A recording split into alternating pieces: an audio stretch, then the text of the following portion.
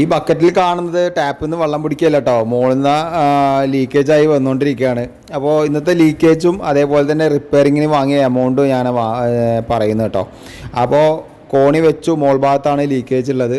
നേരെ കയറി നോക്കിയ സമയത്ത് UPVC PVC കണക്ട് ചെയ്ത ഭാഗത്തുള്ള MT FTൻ്റെ ഉള്ളിൽ കൂടിയാണ് ലീക്കേജ് വരുന്നത് കേട്ടോ. നേരെ ഇറങ്ങി സാധനം ഷോപ്പിൽ പോയി വാങ്ങി. ഈ ഷോപ്പിൽ നിന്ന് ഏകദേശം 1 കിലോമീറ്ററിൻ്റെ അടുത്തുള്ളതാണ് ദൂരം വരുന്നത് കേട്ടോ. ലേബർ കോസ്റ്റ് വാങ്ങുന്ന സമയത്ത് ഷോപ്പിൻ്റെ ദൂരം മാത്രമല്ല, നമ്മൾ ഏത് സൈറ്റിൽ നിന്നാണ് വരുന്നുള്ള ദൂരം കൂടി കണക്കാക്കിയിട്ടാണ് നമ്മൾ ചാർജ് വാങ്ങാറ് കേട്ടോ. അപ്പോൾ ഞാൻ നേരത്തെ പറഞ്ഞ പോലെ ഇവിടുന്ന് വാങ്ങിയ എമൗണ്ട് 350 റുപ്യാണ്. കംപ്ലയിൻറ്റ് ശരിയാക്കിയപ്പോൾ ഏകദേശം ഒരു 3/4 മണിക്കൂർ നമുക്ക് ടൈം വന്നിട്ടുണ്ട്. അതിൽ 50 റുപ്യ സാധനത്തിന് അതിന് ടോട്ടലാണ് 350 പറഞ്ഞത് കേട്ടോ. അപ്പോൾ ഓരോരുത്തർക്കും ഓരോ ചാർജ് ആയിരിക്കും, കാരണം അവർ വരുന്ന സൈറ്റ് ഏത് ദൂരത്തു നിന്നാണെന്നൊക്കെ നോക്കിയിട്ടായിരിക്കും ഓരോരുത്തർ ചാർജ് വാങ്ങാറ്.